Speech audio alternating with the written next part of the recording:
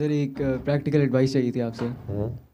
Sir भाई मैंने सिर्फ अपने काम पे फोकस किया है और मैंने पढ़ाई की है। हम्म। मैं काफ़ी ज़्यादा आइसोलेशन में था और उसमें ये था कि मैंने ब्रिक बाय ब्रिक ना अपना मेंटल स्पेस चेंज किया।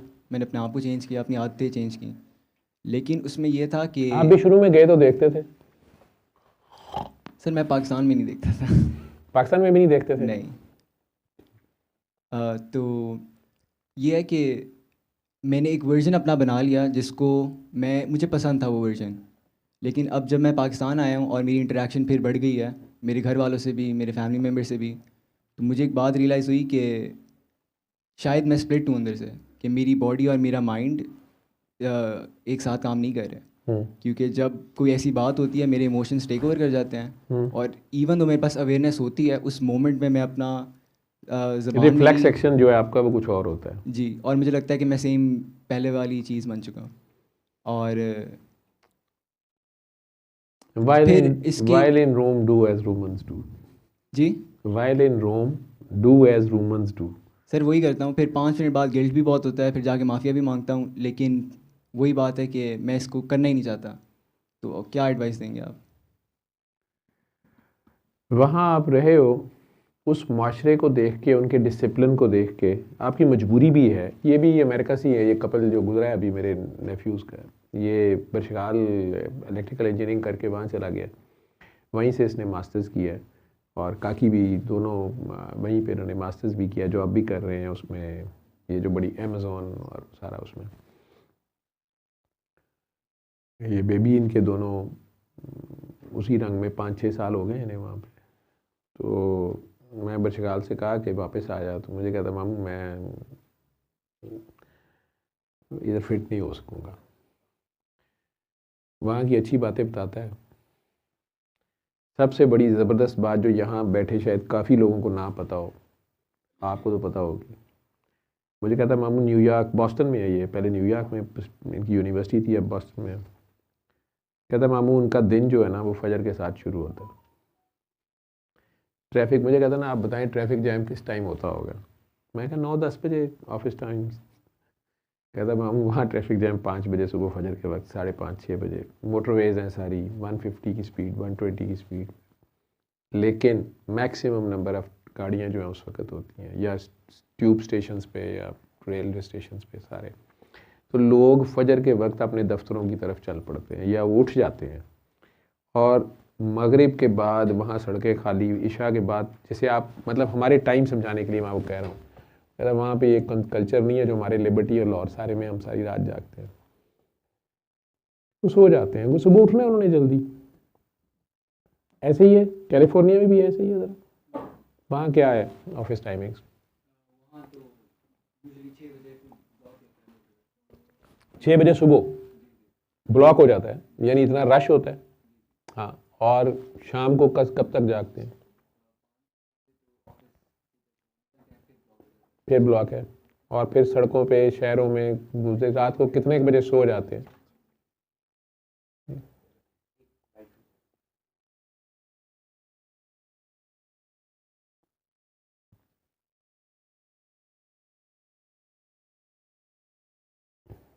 तो आप बता रहे हैं कि वहाँ भी सुबह 6 बजे के करीब चोकिंग होती है या बहुत रश रश होता है सुबह 6 बजे।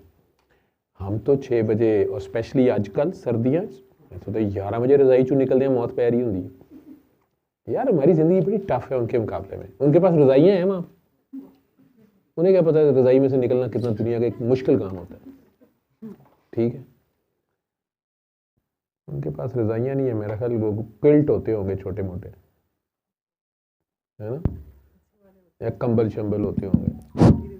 हाँ, लेकिन वो जो निग नहीं लगता, जो रजाई जो होंगे ना। और शाम 5 बजे ऑफिस टाइमिंग्स ख़त्म हुए, उसके बाद 6 बजे तक, 7 बजे तक वो घरों को पहुँच गए। उसके बाद शहर कब तक जागता है उनका? 8-9 बजे सो ही जाते होंगे जिन्होंने सुबह 6 बजे सड़कों पे आ जाना है। तो उनकी बिजली भी बचती है रात की, ठीक है। और रात, सेहत के लिए रात की नींद बेस्ट है, ठीक है। जनरल पब्लिक सबके लिए ये है। हमारे रातों को जागना फैशन है, ऐसे ही है। मेजॉरिटी आप देख रहे हो ना, सारा ही शहर, अकेला तू मैं तो नहीं चेंज कर सकते।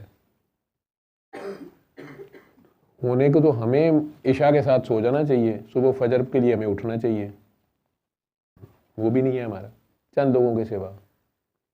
दफातर हमारे 9 बजे लगने हैं, 11 बजे हम चले ही जाते हैं, हाथ ही लगाते हैं, 12 बजे निकल ही जाए।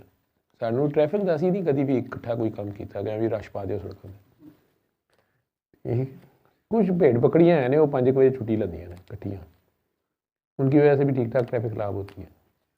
फिर हमने गोलगप्पे खाने हों, लड्डू पीठियाँ खाने हों, हम वो पेट्रोल खर्च, वैसे पेट्रोल बहुत महंगा है, लेकिन असी जलो मोड़ चले जाइए, गरीब मुल्क है ना।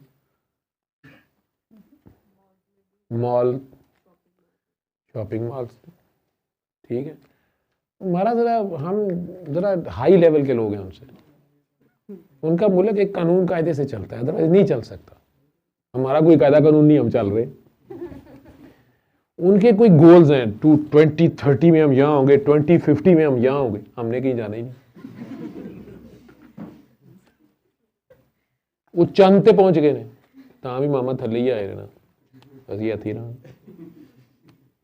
की करना है, क्या ख्याल है? तो जे असी उत्थे चले गए तो फिर जी चाइना कटिंग असी चंद ही करनी है ना, एक प्लाट 10-10 बंदियां नूं वेच आना असी,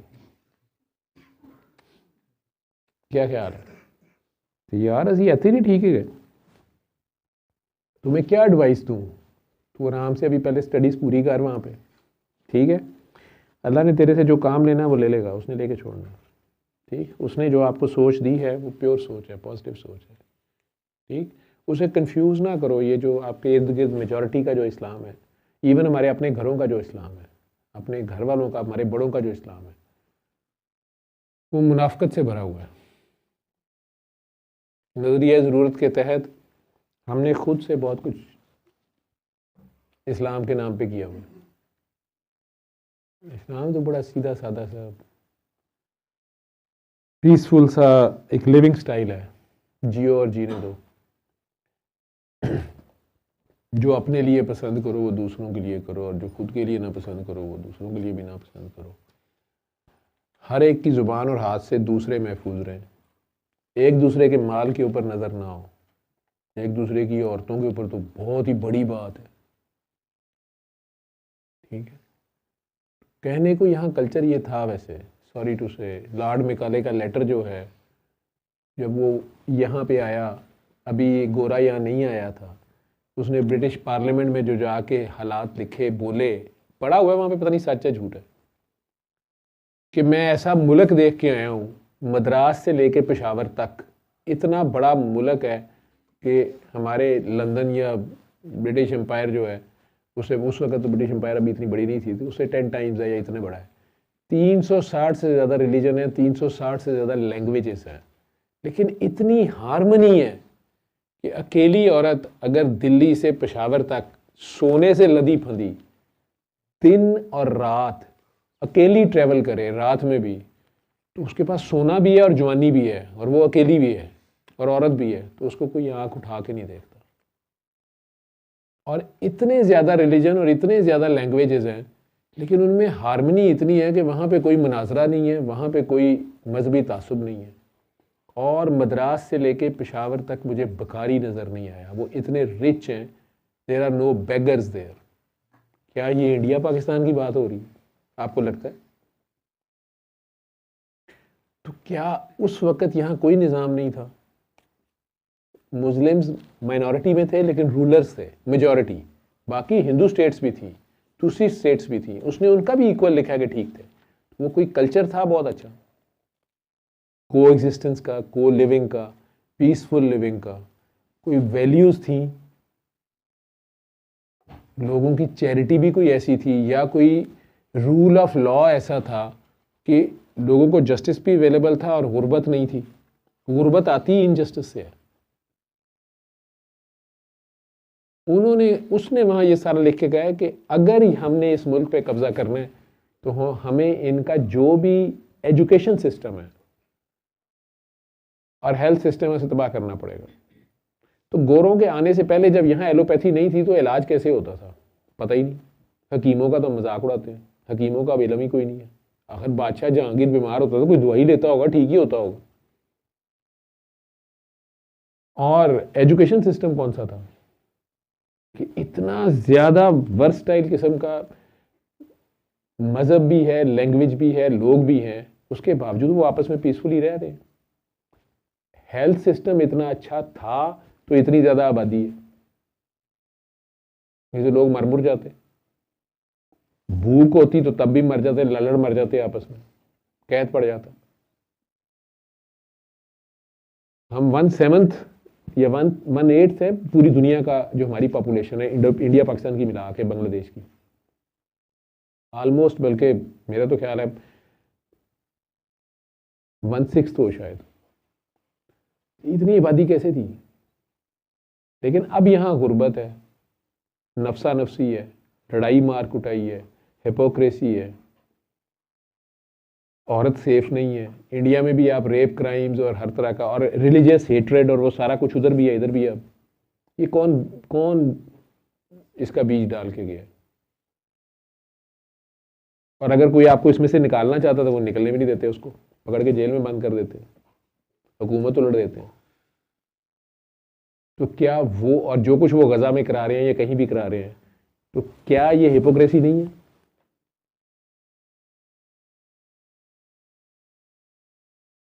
क्या पीसफुल लिविंग सिर्फ उन्हीं का राइट है? क्या अच्छी एजुकेशन या उनके मुल्कों में लॉ की इम्प्लीमेंटेशन सिर्फ वहीं पे अच्छी गवर्नमेंट और पीसफुल ट्रांसफर ऑफ पावर और सारा कुछ सिर्फ उन्हीं का राइट है? ये दूसरे कंट्रीज में ये सारा कुछ कौन करवा रहा है?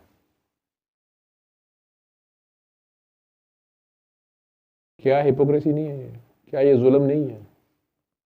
ठीक है, तो अभी आप 2-3 साल हुए अभी गए हो ना, तो अभी आपको ये चीज़ें नज़र आ रही हैं। जब आप वहाँ रहोगे, मैंने इसे भी कहा था, आपको बहुत कुछ वहाँ का नज़र आएगा, लेकिन जब तक आपको पता चलता है ना, आप उस सिस्टम के अंदर इतनी बुरी तरह फंस गए होते हो कि आपको वहाँ से निकलना भी फिर मुश्किल होता है। यहाँ की लाइफ भी आपको लो लाइफ लगती है। आपकी जब तक प्रेफरेंसेस सेट नहीं होंगी, आपकी लाइफ पे पहली प्रेफरेंस जब तक अल्लाह और रसूल नहीं आएंगे, आप अपनी लाइफ को, दुनिया में कामयाबी हासिल करें, दुनिया में आप किसी भी फील्ड में आप जाएं ऊपर तक, लेकिन जाएं अल्लाह के लिए, अल्लाह को रसूल को साथ रखें, ठीक है? तो उसमें बरकत भी बढ़ेगी, कामयाबी भी होगी। लेकिन ये दुनिया की ये सारी कामयाबी, ये दौलत, ये शोहरत, ये इज़्ज़त, ये मालो दौलत या जो कुछ भी है, ये इसका आपको एक ठुड्डे पे हो ये 24 घंटे। आप इसको बांटे जितना मर्जी, आपके पास जितनी आती है इसको बांटो, तुम देखना ये बढ़ती जाएगी, इसको कभी रोकना ना, कभी नहीं, ये बढ़ेगी, बिलीव यू मी, ये बढ़ेगी। और आप सैयद हो और आप कंजूसी करें तो आपके हुए हुए काम खराब हो जाएंगे, डांटे पड़ेंगे, ये बीच में किसी और को कह रहा हूँ। बांटने से बढ़ता है, कुछ भी हो, आपके पास इल्म है तो उसको बांटो, और बांटो भी खूबसूरत तरीके से। आप खिदमत भी करें तो, किसी की भी खिदमत करें तो खूबसूरती से करें, उसको ये ना लगे कि आप उस पर कोई एहसान कर रहे हैं। दोस्ती यारी में करें, ऐसे समझे जैसे ये तो आपकी ड्यूटी थी। उसने निज़ाम इस दुनिया में ऐसा बनाया हुआ है। ये जो डॉक्टर की फ़ी होती है या सर्जन की फ़ी है, उसको आप बिज़नेस की तरह ना करें, अगर उसको खिदमत की तरह ही करें, तो अगर आप उसको सही डील करते हैं तो वो पेशेंट भी अपनी खुशी से एक रीज़नेबल अमाउंट आपको वो देने को भी तैयार होता है, क्योंकि वो आपके ज़ेरे बार भी नहीं रहने पे तैयार। लेकिन आप नेक नियति से अगर वो काम करते हैं, उसमें बरकत पड़ती है। मेरे खुदा ने अल्हम्दुलिल्लाह आज तक मुझे किसी का मोहताज ही नहीं होने दिया, बड़े बड़े टफ टाइम्स इसी मुल्क में रहते हुए। मेरे पास 4 पैसे जुड़ जाएं, मेरे यकीन मानो मैं डरना शुरू हो जाता हूँ, मैं अल्लाह से माफिया दिल में मांगना शुरू कर दिया, अल्लाह मुझे काम ना पा दी। मेरी उनके साथ इस तरह की बातें होती हैं, या उस्ताद काम ना पाई कोई, तेरी मेहरबानी। मतलब मुझे होता है ये, मुझे क्योंकि हमेशा वो पहले पैसे देता है फिर कोई काम डाल जाता है। मैं यार ही कम पाते ही ना, मेरे को पैसे होंगे ना मैंने अस्पताल लाने पैंदे। अभी मेरी बेगम, मैंने नहीं इन लोगों किसी से भी नहीं शेयर किया, मेरी मिसेज पूरा महीना बीमार थी शादी में, मैंने ड्रिप्स के साथ, टीकों के साथ, बल्कि अब ये लास्ट 1 वीक में तो she was bed bound. Double pneumonia उसे हम बोलते हैं, लोब्स दोनों तरफ से लोबार इफेक्टेड थी और एफ्यूजन भी हो गई। अल्लाह का लाख लाख शुक्र है, कल ही मैंने उनका ब्रेनला वगैरह उतारा, शादी में भी उनका ब्रेनला 2 दिन मैंने उतारा, वो फिर बर्स कर गई, फिर दोबारा उन्हें लाना पड़ा उस पर। डायग्नोसिस भी था, सारा कुछ था उसमें, वो सारा काम भी अपनी ड्यूटी भी निभा रही थी जितनी वो कर सकती थी अपनी सेहत के साथ, ठीक है। लेकिन मैं अल्लाह में यही कही जा रहा था और बेगम मेरे से कही जा रही थी, मैं उन्हें कही, वो कह रही थी या मेरे से गलती हुई है, आपसे गलती हुई है।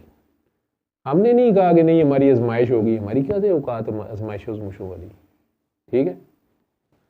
शाहजी मेरे दोस्त इस तरह के हैं, उन्होंने नहीं कहा चलो कोई गल नहीं अल्लाह खैर करेगा, वो चंगा जिस्म की ज़कात निकल गई है, उन्होंने कहा भाई तू किसी के पैसे खा गया, तू जरूर किसी को पैसे फड़े रहे।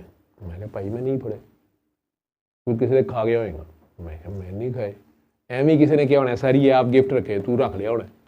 मैं कहा शादी ये अब शादी के ऊपर मुझे गिफ्ट, मैं इसलिए मैं मना करता हूँ, नहीं कोई बंदा अपनी मुसीबत तेरे गले पा गया, ठीक है।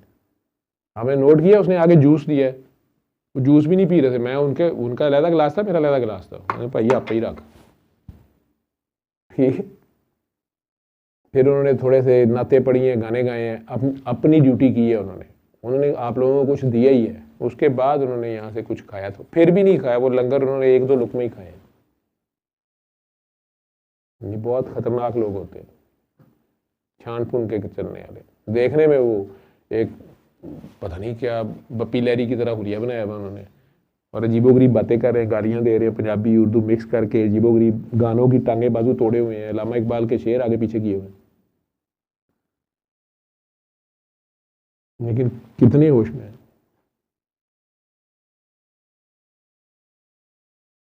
इतने होश में है कि मेरे जैसे बेहोश को भी जगा रहे हैं साथ कि भाई जागते रहे, ठीक है। लेकिन उसकी मेहरबानी है, उसने मुझे किसी को मोहताज नहीं किया अपने सिवा, और पता नहीं इतनी हया वाला है मुझे मांगने नहीं देता, पहले कर लेता। तो इसलिए जब वो मेरे पे ज़रा ज़्यादा नवाज़िशात शुरू होती है ना तो मेरी जान खुश हो जाती है, कम पार लगा है या कोई खर्चा आने वाला है, कोई ऐसा काम आने वाला है। कई बार तो वो अच्छा काम ही होता है, बेटी की शादी। मेरे रिसेप्शनिस्ट ने मुझे कहा है कि सर तुसी मैनू कह नहीं रहे छुट्टियां केड़ियां करनियां ने। मैं कहा यार 26 और 27 को शादी है, तो कहते सर 26-27 छुट्टी करनी है। अब मैं उल्टा उसे पड़ जाता है, या मैं कोई ऐसा खबीस हूँ कि क्लिनिक करना है, पैसे कमाने हैं। मेरे जहन में नहीं है यार, मतलब क्लिनिक तो करना ही है ना, मरीज बेचारे क्या करेंगे। मैं कह रहा सर मैंने 20 से लेकर ना 28 तक कोई बुकिंग नहीं की, मैंने आगे से शुरू कर दी है। मैं कहा यार वो लोग बेचारे कई एमरजेंसी वाले कहते सर जी कोई नहीं एमरजेंसी में कुछ होता, आपने सबको बताया ना अल्लाह है, सारा आपकी फैमिली को ज़रूरत है। मैं कहा यार इतने दिन मैं ही कराना, मुझे पता ही नहीं है। मेरे घर वालों ने माइयों था किसी दिन, फिर भांजे की शादी थी, भांजी की शादी, ठीक है। कहीं मैं फुफा हूँ, कहीं मैं मामू हूँ, कहीं मैं अब्बा हूँ, 3 रोल थे मेरे। आज उधर माइयों, आज उधर मेहंदी है, आज ये है वो है, तो वो पूरा हफ्ता तो ऐसे ही गुजरा है और मैंने छुट्टियाँ ही कोई नहीं ली। अभी अपने मस्त पूरे फिर रहे हैं। और उससे पहले 2 महीने अल्लाह मियाँ ने, मतलब हमने 8 पेशेंट को टाइम दिया है, 4 एक्स्ट्रा उनके साथ किसी के नहीं, हमने भी दिखाना है, हमने भी दिखाना है। मैं जो सोच रहा था कि यार आसिफ साहब को पैसे लाना, आसिफ साहब ने 2 महीने पहले ही कहता मेरे ना तो 20 लाख का फ्रॉड हो गया, मेरा बैंक भी लुटिया गया, जिन पे तकिया था वो ही पत्ते हवा देने लगे। वो मेरे को आया सर मेरे पैसे तो कढ़ा दो, मैं ठीक है भाई, लेकिन उसने मुझे नहीं छोड़ा। वो पेशेंट ही इतने आते गए हैं, पता नहीं मुझे नहीं पता, वो खुद करता है फिर सारा। कोई क्या मैं आपको बताऊं, हया वाला मैं उसका पर्दा खोलना नहीं चाहता, लेकिन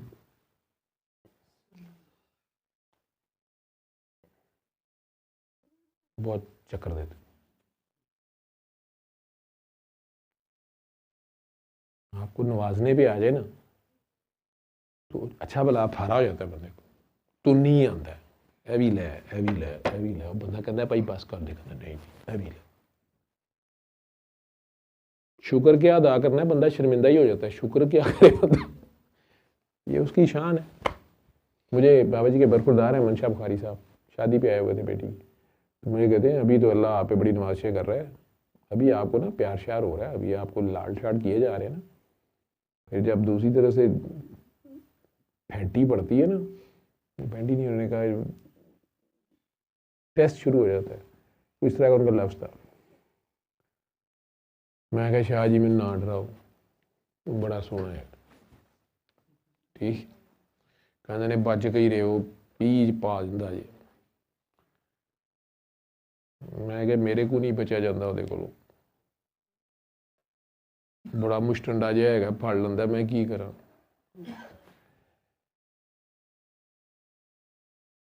रेशमा बेचारी फस गई की करे रेशमा ठीक है तो परेशान ना हुआ कर ज़्यादा पहले तेरी कायदे आज़म जिन्नी सेहत है ठीक है कौम का दर्द ही तेन मारी जा रहा है उन्होंने बेचारे टीबी हो गई ज़्यादा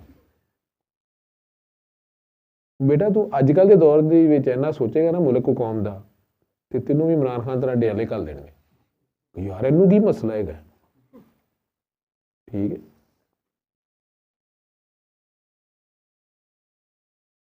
साइफर और स्नाइपर के दरमियान है जिंदगी आराम ना बेटा छड्डो परे साड़ा ते चौकीदार सानू कहंदा है जागदे रहना साडे ते ना रहना साड़ा चौकीदार ने भाई धोती चुक के रखी जागदे रहना साढ़े तो रहना मैं कहा यार की कीता ही धोती अगू चुकी कहना भाई पिछे भी नहीं की मैं कहा धोती कौन ले गया कहता है ही नहीं कभी धोती ही नहीं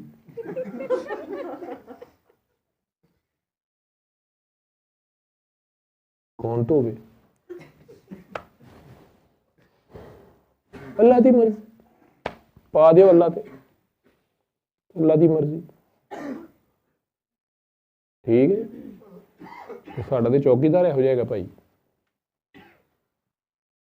एहतियातन ही कोई नहीं बाहर निकलता हूँ तो कोई भी नहीं बाहर निकलता बाहर वो धोती कोई